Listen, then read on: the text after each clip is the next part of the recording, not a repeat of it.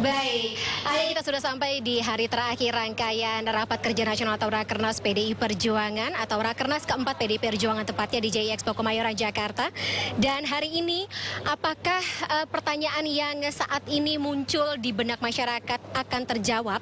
Begitu terkait dengan bagaimana apakah akan disebut secara resmi pendamping atau cawapres bagi capres usungan dari koalisi berkelanjutan yang terdiri dari PDIP, P3, Hanura dan juga Partai Perindo Ganjar Pranowo, atau kita masih harus menunggu lagi sesuai dengan bocoran tipis yang telah disebut oleh Pak Sekjen atau Sekjen dari PDI Perjuangan Hasto Kristianto sebelumnya, bahwa ada kemungkinan akan diumumkan sekitar 19 sampai dengan 25 Oktober pada saat pendaftaran menuju ke Komisi Pemilihan Umum atau KPU, atau memang hari ini kejutan tersebut akan disampaikan.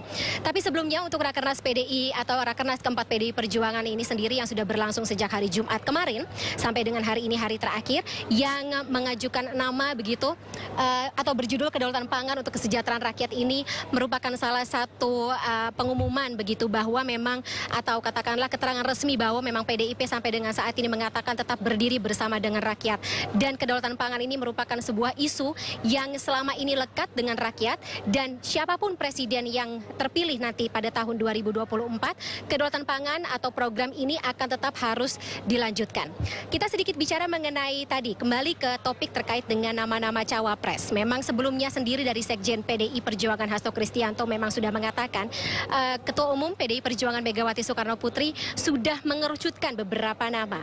Selain nama-nama yang selama ini populer begitu mengisi klasemen popularitas elektoral di lembaga-lembaga survei seperti Menteri BUMN dan juga Ketua Umum PSSI Erick Thohir, kemudian Menparekraf Sandiaga Salahuddin Uno yang juga kebetulan merupakan kader dari P3, salah satu parpol dalam koalisi yang mengusung Ganjar Pranowo. Muncul juga nama-nama yang sepertinya dijagokan begitu, seperti Menko Polhukam Mahfud MD dan juga Gubernur Jawa Timur Khofifah Indar Parawansa. Tapi kita akan sedikit gali lebih lanjut terkait dengan rencana selanjutnya dari PDI Perjuangan ini bersama dengan politisi PDI Perjuangan Putra Nababan yang sudah bersama saya pada siang hari ini. Selamat siang Bang Putra. Siang Mbak, apa kabar?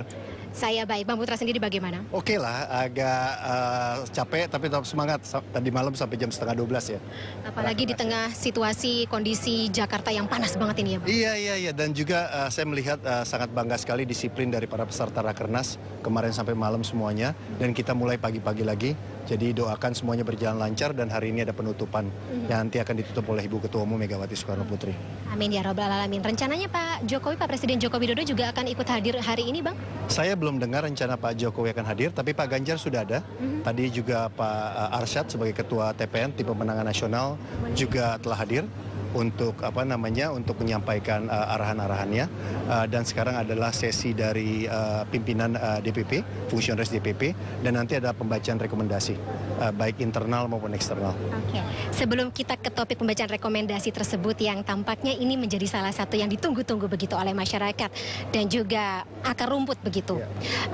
Kita sedikit review ke 2 hari belakangan ya Bang Putra, yang membuat saya tertarik begitu terkait dengan judulnya Kedaulatan Pangan untuk Kesejahteraan Rakyat.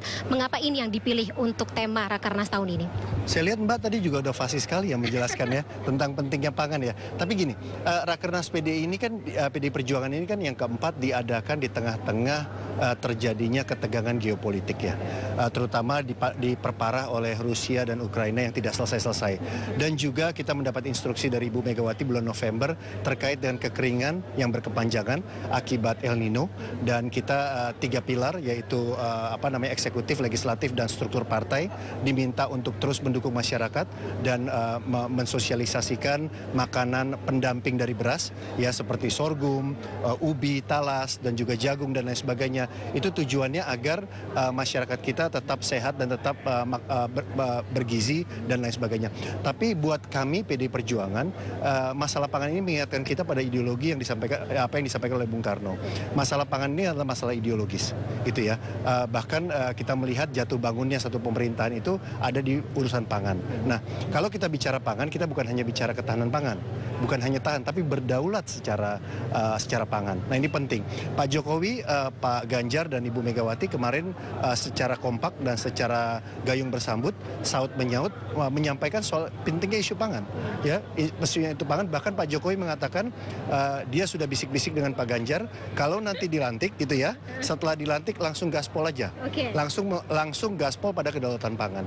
Itu kan satu sinyal dari presiden incumbent untuk disampaikan kepada presiden berikutnya bahwa kesepakatan tema pertama yang harus dibahas adalah pangan, nggak usah yang lainnya, gitu loh. Artinya Pak Jokowi yang sangat dikenal dengan Bapak Infrastruktur, ya kan, dan Pak Jokowi sangat dikenal dengan di dunia internasional dan segala macam, memberikan masukan kepada juniornya Pak Ganjar, karena Pak Ganjar mengatakan Pak Jokowi adalah mentor pribadinya, bahwa ya langsung kedaulatan pangan, sudah benar, gitu ya.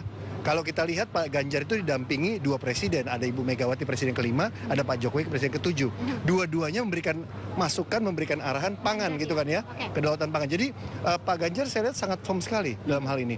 Bahkan kemarin Pak Ganjar ikut mengelaborasi tentang apa-apa saja yang sudah dibangun oleh di eranya Pak Jokowi, gitu ya, seperti waduk ya, terus juga infrastruktur dan lain sebagainya. Nah, bagaimana mempercepat itu? Itu yang kemarin disampaikan oleh Pak Ganjar. Sekaligus tadi bisikan tersebut tidak hanya terkait dengan mandat, tetapi berarti keyakinan begitu dari Presiden incumbent saat ini bahwa Pak Ganjar Pranowo akan terpilih sebagai presiden berikutnya? Kalau saya kok nontonnya bukan lewat TV ya, saya nontonnya langsung ya, saya lihat langsung, saya lihat mimiknya gitu ya. Kok mantep ya Pak Jokowi ya. Saya bukan pakai sinyal-sinyal foto-foto, pakai gambar-gambar yang diedit atau lewat sosial media, enggak, langsung lihat fokus. Ya lihat, dan Pak Jokowi mengatakan, bahkan Pak Jokowi mengatakan saya sangat-sangat setuju. Sama Bu Mega beliau mengatakan setuju, tapi sama Pak Ganjar mengatakan sangat-sangat setuju. Itu kan artinya endorsement kepada yang berikutnya. Yang kedua, bisik-bisik. Artinya kan Pak Jokowi menuangkan gagasan, idenya, pemikirannya, rencana kerjanya yang mungkin juga belum kesampaian. Beliau laksanakan, ya kan, fokus pada pangan. Beliau punya fokus yang tinggi sangat pangan. Tapi untuk pangan itu beliau menyadari perlu infrastruktur, perlu irigasi, perlu, iya, betul. Nah, sekarang bagaimana dengan infrastruktur yang sudah dibangun, beliau sudah bangun, ada percepatan. Nah, jadi kalau Pak Ganjar dibisik-bisikin dan bisik-bisiknya itu diungkapkan ke publik, itu kan artinya Pak Jokowi menyampaikan ke publik bahwa saya mengendorse Pak Ganjar. Itu udah nggak usah diterjemahin lagi sih. Artinya orang awam pun sudah paham bahwa endorsement itu tidak diberikan kepada semua orang, tidak dititipkan kepada semua orang, karena hanya orang-orang yang mampu dan punya kapabilitas dan punya kredibilitas yang bisa melanjutkan legacy kita, gitu loh. Nggak usah presiden, kita aja gitu loh. Kalau mau meneruskan ke orang lain, kita pasti lihat-lihat dong, ya kan? Orang ini mampu apa tidak? Betul, kredibel atau enggak, capable atau enggak, dan lain sebagainya. Baik. Jadi tidak perlu lagi ada open interpretation di luar sana, begitu ya Bang Putra ya? Kalau menurut saya sih sebagai yang melihat langsung ya, bukan melihat dari TV atau melihat dari siapa ya, nggak perlu. Nggak perlu lagi, tegas kok, jelas kok gitu ya. Artinya sangat-sangat setuju pada konsepnya Pak Ganjar, itu pertama. Yang kedua, bisik-bisiknya diungkapkan ke publik bahwa dia meminta Pak Ganjar setelah dilantik langsung kedaulatan pangan. Yang akan diprioritaskan. Berarti kan ada keinginan Pak Jokowi itu jadi prioritas pertama. Ya, meskipun Pak Ganjar ini bocoran juga, salah satu bocor tipis ya, bocor halus bahwa fokus beliau itu nanti ada di sumber daya manusia, ya, SDM, peningkatan kualitas SDM. Tapi ketika Pak Jokowi mengatakan itu, saya menerjemahkan pangan ada hubungannya dengan SDM, sumber daya manusia. Biar bagaimanapun Mbak, petani kita itu harus diregenerasi. Ya, anak-anak zaman now sudah harus masuk ke pertanian. Karena pertanian itu bukan urusan 45 tahun ke atas. Pertanian itu bukan sekedar ya mencangkul, mengairi dan segala macam, tapi bisa memproyeksikan dan bisa memprediksi dan menggunakan teknologi.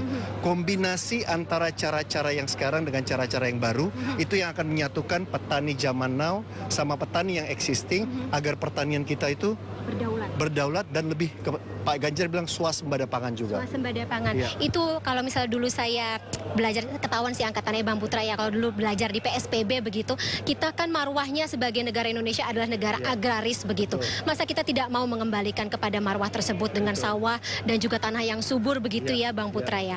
Oke, bicara lagi mengenai open interpretation, ini juga ada salah satu poin yang menarik begitu yang ada di pidato begitu dari Pak Sekjen Hasto Kristianto yang mengatakan sempat ada open interpretation di luar sana yang mengatakan hubungan Pak Jokowi dan juga Bu Mega ini merenggang. Itu dikatakan pihak-pihak yang ingin memecah belah, iri karena nggak punya prestasi begitu. Kalau Bang Putra menafsirkannya seperti apa? Kalau saya sebagai mantan wartawan 25 tahun dan menyaksikan langsung ya memang itu narasumbernya nggak kredibel ya. Banyak narasumber yang nggak kredibel, yang tidak melihat langsung dan tidak mengutip Pak Jokowi atau tidak mengutip Ibu Megawati gitu loh. Dan tidak berani mengungkapkan secara publik, mengatakan bahwa apa yang tadi Mbak sampaikan gitu ya. Jadi kalau kami di PD Perjuangan melihat hubungannya sangat harmonis sekali. Artinya komunikasi Pak Jokowi sama Ibu Mega itu berlangsung sangat baik. Komunikasi dari dinamika politik yang terjadi di luar itu ya Pak ya? Beliau berdua justru ikut menyaksikan dinamika itu dan ikut mendiskusikan, ikut membahas, bukan ikut malah menjadi renggang gitu loh. Ya kan? Kan selama ini yang disampaikan oleh elit politik itu kan adalah klaim. Klaim bahwa Pak Jokowi merestui dia, klaim bahwa Pak Jokowi ingin ke sini, klaim bahwa ini ke situ. Kan tidak pernah disampaikan oleh, ya saya baru ketemu Pak Jokowi dan Pak Jokowi menyampaikan ini kepada saya. Dan wartawan tidak pernah mengkonfirmasi ke Pak Jokowi apakah betul omongan itu seperti itu. Jadi sebagai mantan wartawan menurut saya memang Pak Sekjen betul banyak klaim, dan klaim itu cenderung dilakukan oleh orang yang sudah tahu dia mau kalah. Jadi sudah tahu dia mau kalah, ya segala cara pasti digunakan. Ini kan gini loh Mbak, kita kan menghadapi lawan yang 5 tahun lalu kita hadapi, 10 tahun lalu kita hadapi. Jadi bau-baunya kita udah paham lah, kita udah ngerti lah. Artinya rakyat juga jangan dibohongin lah, ya rakyat jangan dibohongi. Isunya tuh itu aja. Hubungan Pak Jokowi, Ibu Megawati, terus juga kita dikepung lah, kita di ini dan lain sebagainya. Jadi hal-hal seperti itu menurut kita rakyat udah hafal lah. Baik. Dan kalau misalnya sudah hafal, harusnya kita bisa belajar ya bagaimana untuk mendibang, terutama untuk awak media juga lebih pintar begitu ya, untuk tidak mengompori open interpretation seperti itu. Baik, Bang Putra, saya sudah dikode oleh produser. Kita sudahi dulu dialog kita pada siang hari ini.